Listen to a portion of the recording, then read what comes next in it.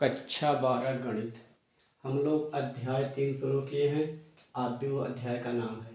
पिछले वीडियो में आव्यूहों के प्रकार में स्तंभ आव्यूह, पंक्ति आव्यूह, वर्ग आव्यूह पढ़ चुके थे।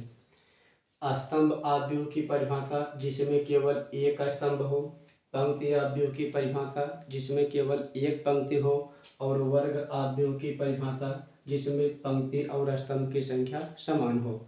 नंबर 4, विकर्ण आव्यूह। इस प्रकार के आव्यूह में विकर्ण के अतिरिक्त अन्य अवयव शून्य होते हैं।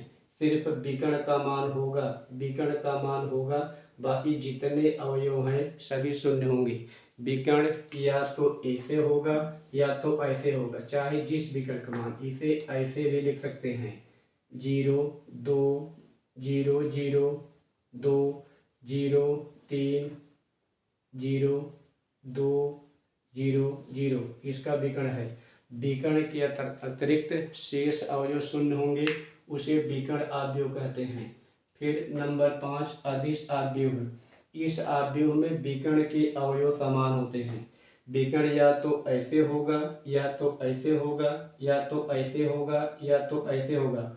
विकर्ण के अवयव समान होंगे, विकर्ण के अलावा और शेष अवयव सभी शून्य होंगे, लेकिन विकर्ण का जो मान होगा वह समान होगा। जैसे 5 5 5 या 3 3 3, कुछ भी होगा यहाँ समान होगा, लेकिन एक नहीं होंगे। अगर विकर्ण एक एक होगा तो उसे कहते हैं तत्समक आव्यूह। अभी हम लोग इसे बाद में देखने वाले हैं। विकर्ण समान होंगे लेकिन एक नहीं होंगे, उसे कहते हैं अदिश आव्यूह।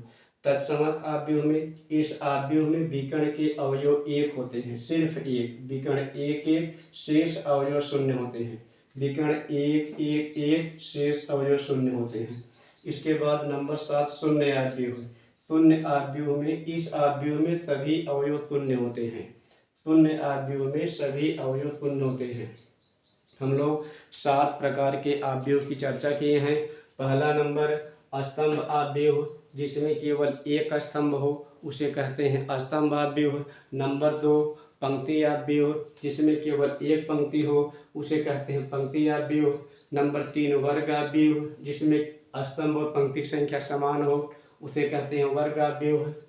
नंबर 4, विकर्ण आव्यूह। जिस प्रकार आव्यूह में विकर्ण के अतिरिक्त शेष अवयव शून्य होते हैं, उसे कहते हैं विकर्ण आव्यूह। नंबर 5, अदिश आव्यूह। इस प्रकार के, इसमें विकर्ण आव्यूह में अवयव होते हैं, शेष अवयव शून्य होते हैं। और अदिश आव्यूह में, इसमें विकर्ण समान होते हैं, उसे कहते हैं अदिश आव्यूह। तत्समक आव्यूह में विकर्ण समान होते हैं लेकिन एक एक एक होते हैं, उसे कहते हैं तत्समक आव्यूह। शून्य आव्यूह में, इन सभी आव्यूह में अवयव की संख्या शून्य होती है, इसे कहते हैं शून्य आव्यूह।